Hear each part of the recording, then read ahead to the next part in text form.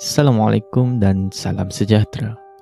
Kali ini kita mengupas berkenaan kesan relativisme terhadap umat Islam masa kini.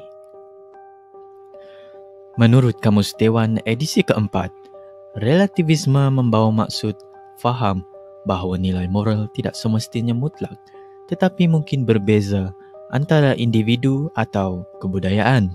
Apa yang dikatakan baik atau buruk, betul atau salah akan selalu berubah dan relatif bergantung kepada keadaan individu, masyarakat, persekitaran dan fahaman sosial masing-masing. Sejarah kemunculan relativisme. Ideologi relativisme dikesan muncul seawal perkembangan falsafah Greek, khususnya oleh beberapa tokoh sofis seperti Xenophanes, Protagoras dan Euripides. Golongan sofis ini lebih menjurus kepada fahaman kemanusiaan yang liberal. Slogan popular yang telah diungkapkan oleh Protagoras iaitu "Man is the measure of all things" telah menjadi asas pemikiran relativisme yang bermaksud manusia ialah ukuran untuk setiap sesuatu. Cabaran umat Islam dalam mendepani fahaman relativisme.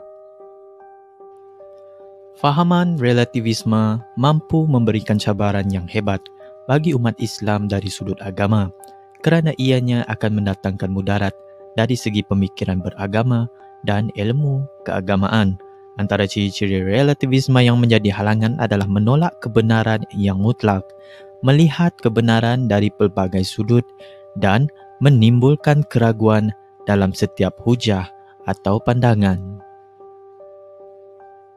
Absolute reality atau absolute truth adalah sudut pandangan utama yang ditolak oleh relativisme kerana mereka percaya bahawa setiap perkara boleh diubah dan tidak kekal bertentangan dengan sifat agama yang kekal.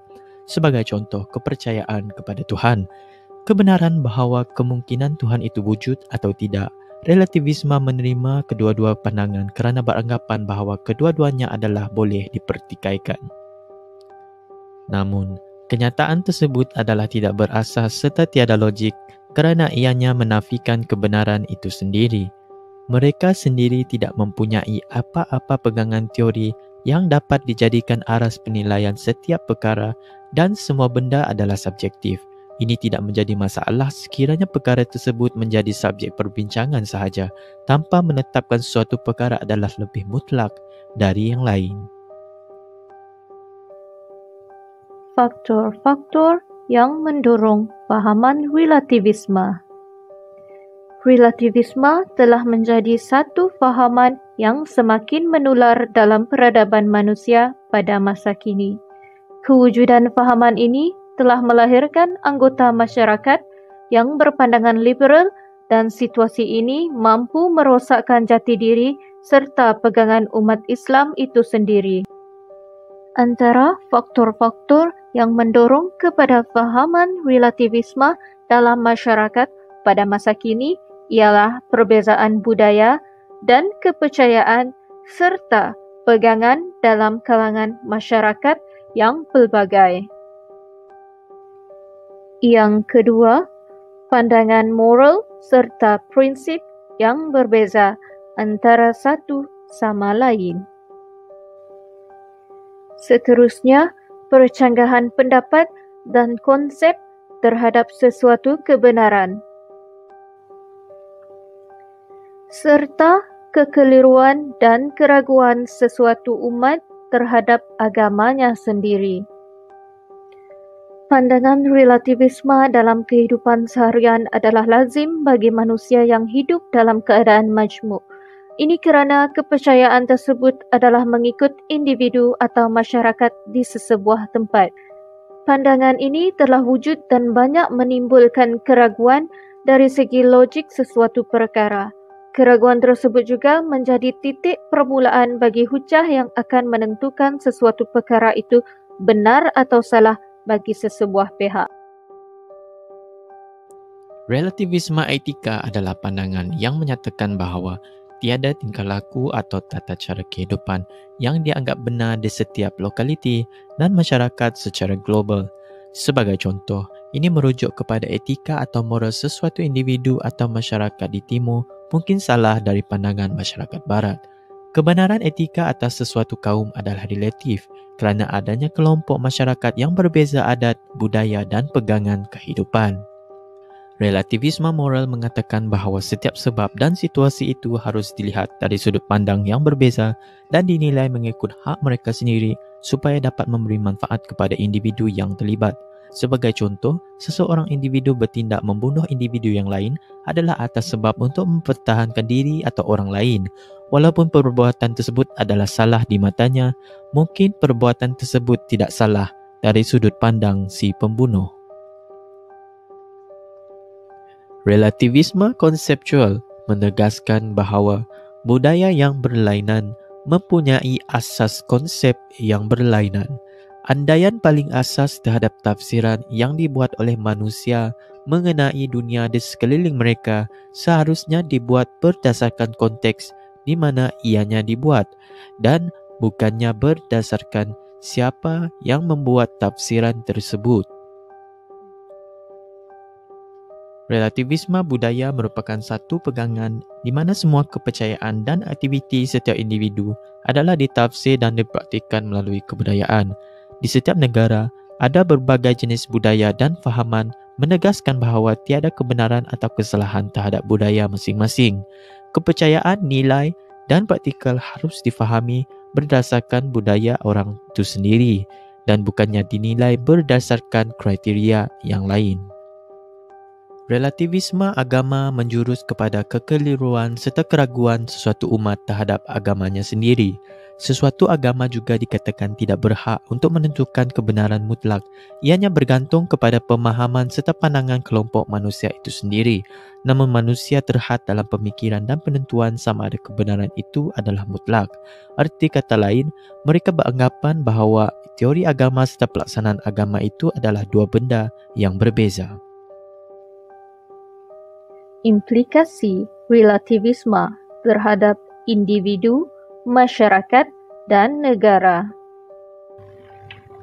Relativisme digambarkan sebagai satu virus yang memberi kesan terhadap cara manusia berfikir. Kesan yang paling ketara apabila wujudnya kepercayaan bahawa manusia adalah suatu makhluk relatif dan berfikir secara relatif. Kebenaran yang dianggap benar boleh dianggap salah oleh orang lain dan begitu juga sebaliknya. Justru dalam konteks relativisme, kebenaran yang sebenar tidak akan memihak kepada sesiapa. Kepercayaan relativisme juga penyebab wujudnya situasi di mana teguran atas dasar untuk menyedarkan tidak dapat dipraktikkan bila mana munculnya ajaran agar tidak menghakimi orang lain kerana menghakimi itu adalah urusan Tuhan. Perbuatan tersebut tidak dapat dielakkan selagi mana kita hidup bermasyarakat dan seruan terhadap perbuatan menegur serta saling menasihati telah diperintahkan dengan jelas oleh Tuhan. Teori relativisme memberi kesan dari aspek perlembagaan hak asasi manusia. Terdapat 3 tahap perkembangan hak asasi manusia ekoran dari slogan revolusi Prancis yang sangat terkenal, iaitu liberté, égalité, dan fraternité yang bermaksud kebebasan, persamaan, dan persaudaraan. Cadangan pendekatan fahaman relativisme. Secara khususnya di Malaysia, kita mengamalkan beberapa jenis falsafah, iaitu falsafah pendidikan kebangsaan, falsafah pendidikan Islam, dan falsafah rukun negara. Melalui falsafah pendidikan kebangsaan, pendidikan merupakan usaha berterusan untuk melahirkan individu yang berpotensi secara menyeluruh dan bersepadu. Usaha ini adalah bagi melahirkan rakyat Malaysia yang berilmu pengetahuan, berketerampilan, berakhlak mulia, bertanggungjawab dan berkeupayaan mencapai kesejahteraan diri serta memberi sumbangan terhadap keharmonian dan kemakmuran masyarakat dan negara. Falsafah pendidikan Islam diselarikan dengan falsafah pendidikan kebangsaan dari segi konsep dan matlamatnya. Fokus falsafah ini adalah untuk individu yang bukan sekadar menunaikan hak yang paling utama kepada Tuhan dan Rasulnya, juga hak kepada dirinya, ibu bapa, ahli keluarga, masyarakat dan persekitaran. Segala tanggungjawab tersebut boleh diguna pakai bagi memastikan ada toleransi dalam pegangan masing-masing mengikut kepercayaan dan kebudayaan masing-masing. Di Malaysia secara khususnya, kita mengamalkan falsafah rukun negara. Antara ciri-ciri falsafah rukun negara adalah kepercayaan kepada Tuhan, kesetiaan kepada raja dan negara, keluhuran perlembagaan, kedaulatan undang-undang, kesopanan dan kesusilaan. Melalui falsafah ini, satu kesan positif dapat diwujudkan di kalangan individu dan masyarakat majmuk, terutamanya di Malaysia. Relativisme adalah fahaman bahawa sesuatu pegangan, panduan serta nilai itu adalah bersifat tidak mutlak. Setiap perkara adalah boleh diubah dan tidak kekal. Setiap perkara juga menjadi subjektif kerana telah diberi pandangan dari pelbagai sudut perbahasan. Subjektif dalam menentukan betul atau salah, benar atau tidak, banyak memberikan implikasi umumnya kepada setiap individu, kelompok masyarakat dan sebagai sebuah negara majmuk. Sebarang bentuk modernisasi boleh dilaksanakan tetapi dilakukan secara berpilih, iaitu dengan menyesuaikan ciri dan nilai barat, namun pada masa yang sama masih mengekalkan ciri dan nilai budaya masyarakat tempatan yang dilihat dapat menyumbang kepada pelaksanaan pemodenan sesebuah masyarakat atau negara itu. Cabaran sebagai umat Islam pula kita dapat lihat dari segi pemikiran beragama dan ilmu keagamaan, di mana relatifnya sesuatu pegangan tersebut mampu menimbulkan keraguan, kekeliruan dan kesukaran dalam menentukan apa yang sebenarnya sahih dan sebaliknya. Memang tidak dinafikan bahawa setiap perkara subjektifnya bergantung kepada kaedah dan asas penentuan tersebut. Namun begitu, pendekatan yang sesuai perlu diambil bagi memastikan setiap individu dan kelompok masyarakat dapat menyesuaikan diri, lebih-lebih lagi dalam kalangan masyarakat yang berbilang bangsa, budaya dan agama di dalam sesebuah negara. Setiap tindakan juga perlu menitikberatkan sensitiviti setiap individu dan masyarakat itu sendiri. Sekian, wabillahi taufik wal hidayah. Wassalamualaikum warahmatullahi wabarakatuh.